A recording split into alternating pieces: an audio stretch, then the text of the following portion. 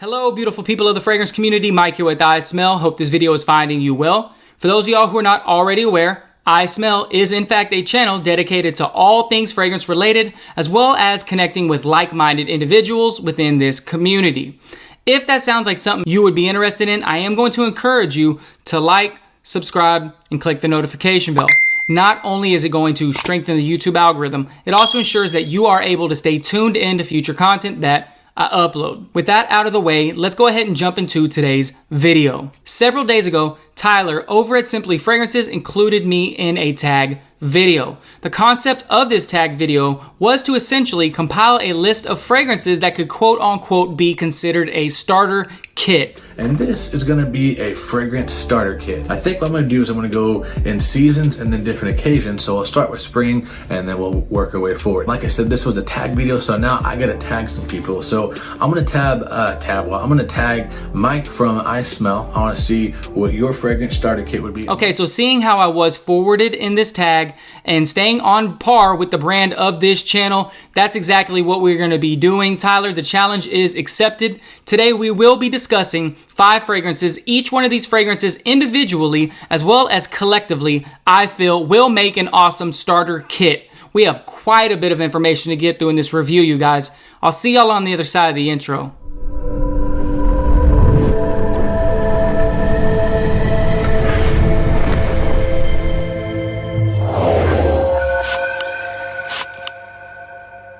Alright you guys, so before we move any further along in this video, I do kind of want to explain the approach that we're going to be taking in terms of how I conceptualized this video specifically.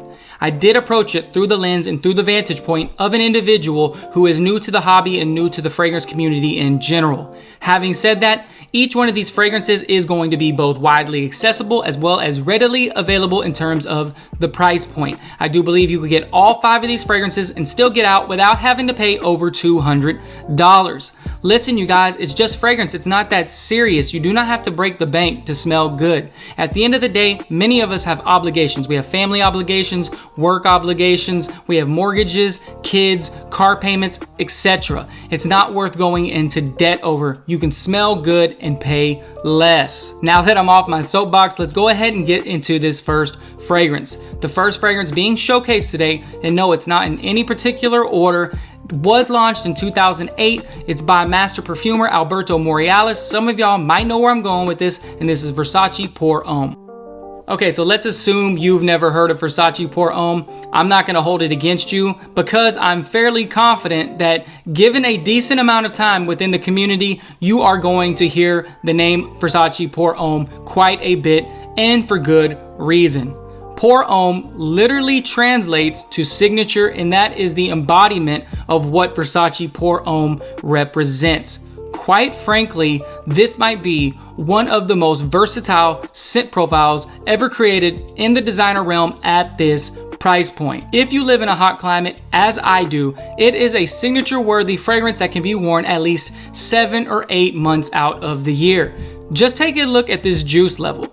Okay, I will leave a marker for a full and in-depth review of Versace Pour Homme that was done 3 months ago. If not for anything else, at least just to see where my juice level was then to where it is now. So yeah, it is a fragrance that I wore quite a bit of this past summer. It is worth noting that Versace Pour Homme is often compared with a more expensive fragrance from Chanel called Allure Homme Sport. Be advised that Allure Homme Sport is $100, where Versace Pour Homme is literally a third of that price. And you can get Versace Pour Homme as a tester with no cap, and you can get out without having to pay over $40. For that reason alone, it's worth getting. I do feel like this is a blind buy worthy fragrance, you guys. Top notes on this fragrance is going to include bergamot, rose, neroli, sandalwood, as well as musk. This is a beautifully bright citrusy fragrance that is beautifully floral, and it has a demeanor that is fresh and clean in the dry down. It's almost impossible to overspray this fragrance. It's almost impossible to offend somebody wearing this fragrance, and it's for that reason that I included it in the #1 spot today. I feel like it is a must-have in any gentleman's fragrance wardrobe, and a must-have specifically for this video as it relates to somebody's starter kit. At the number 1 spot today, Versace Pour Homme. Okay, so the next fragrance that we're going to talk about today did in fact come out in 2005, and I must admit that there is both a level of bias as well as nostalgia. I have a strong scent memory attached to this next fragrance, considering I've worn it on and off for the better part of a decade. Which fragrance am I talking about, you guys? I'm talking about Lacoste Essential. Lacoste Essential is essentially an extremely likable light green fragrance, and I feel like both the bottle as well as the juice color accurately conveys the demeanor of this fragrance. It is an extremely pleasant vegetal/floral fragrance that other people will find pleasant, yet this fragrance never tries too hard to garner your attention. It's just a very pleasant and unique freshie in all honesty. You will be able to purchase at least 4 ounces of this fragrance for about the $35 price point. And at that price point, it's an absolute steal. Notable notes on Lacoste Essential is going to be tangerine, tomato leaf, rose, as well as sandalwood. The atomizer is perfectly acceptable. It's an extremely clean smelling fragrance, you guys. I absolutely love this one. What is the demeanor of this fragrance, you ask? The demeanor of this fragrance is, in fact, y'all wait for this, Bleecker Street. Yes, I said Bleecker Street. I might have lost some of y'all with that. I understand I only have 200 subscribers. Y'all need somebody with more skin in the game to tell you it smells like Bleecker Street? Well, here you go. And I think if you really like Essential and you're kind of grown up and your wallet grew up with you, you got a little more cash, I think Bleecker Street from Bond Number 9 has that green watery effect that Lacoste Essential gives me also, but in a much better way. I really think Bleecker Street's a good upgrade for this guy right here. So yeah, it smells like Bleecker Street in my opinion, a cost-effective entry into Bleecker Street. If you haven't smelled Bleecker Street or Lacoste Essential, I consider that you try them both out. Both of them are extremely good freshies. I feel like Lacoste Essential is going to be just unique enough to stand out from the other freshies in the summertime at this price point, and it's for that reason that I included it in the number 2 spot today. At the number 2 spot, Lacoste Essential.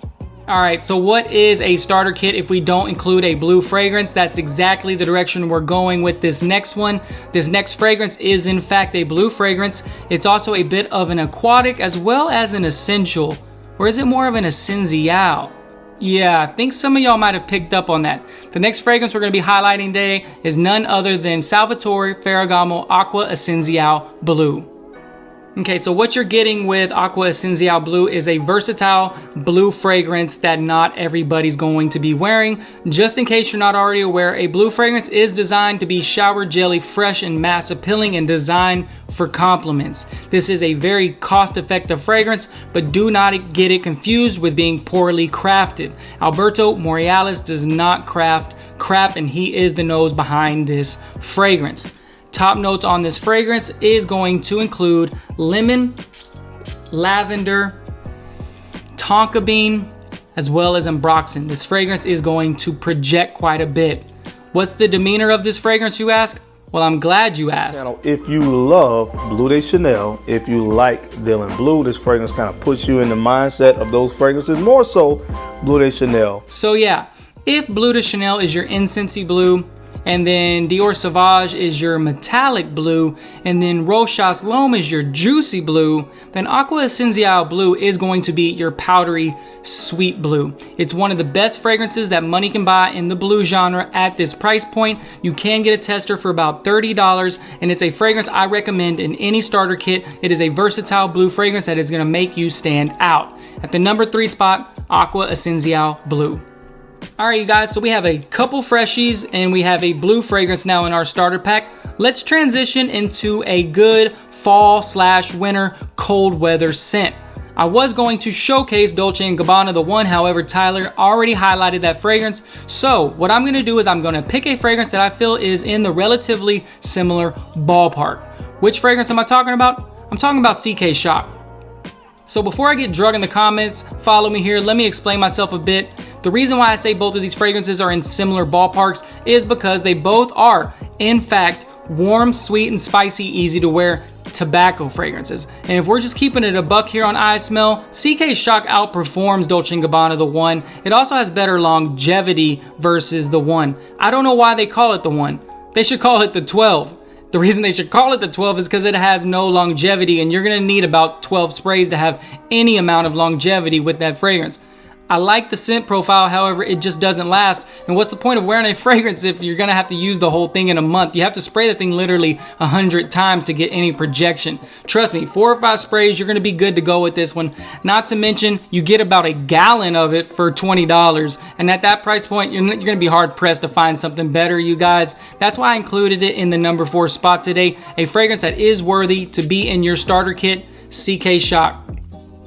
All right, you guys, so last but not least, we are going to be showcasing the fragrance that I consider somewhat of a Swiss Army knife, a versatile fragrance that can be worn for all 4 seasons of the year.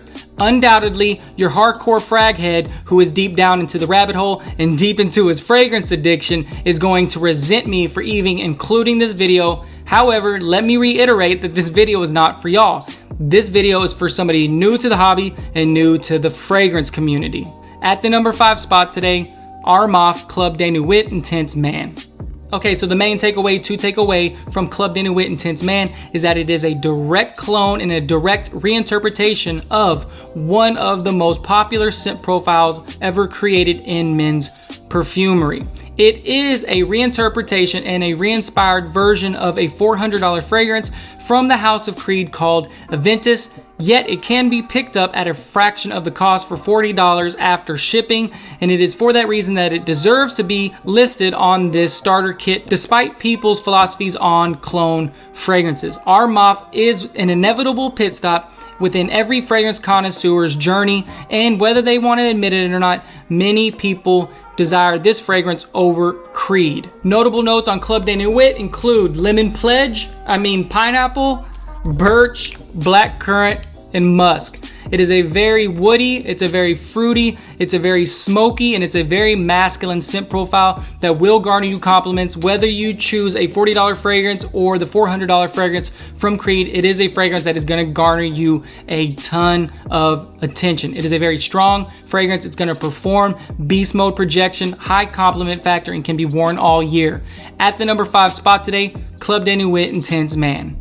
All right, you guys, so those are my 5 fragrances in a nutshell. Each one and collectively, I feel, make an awesome starter pack. I want to thank Tyler for including me in this tag. You're awesome, brother. I really do appreciate it. If you're not already subscribed, I do encourage you to do so now. We're past the 200 mark, and I will be doing a giveaway next week, so stay tuned for that. Last but not least, I want to forward this tag on over to a few people. Those people include Brian over at My 2 Cents, Jeremy over at House of Kollasus, as well as Mike with the fragrance wardrobe. I would be super interested to know what fragrances you would choose as a starter kit. I conceptualized it as somebody who is just getting into the fragrance hobby. However, that is not how you have to approach it.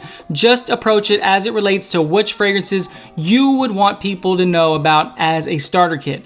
As always, you guys, I really do appreciate the love and support. I do not take your time for granted. Until next time, y'all stay safe. Take care. Bye.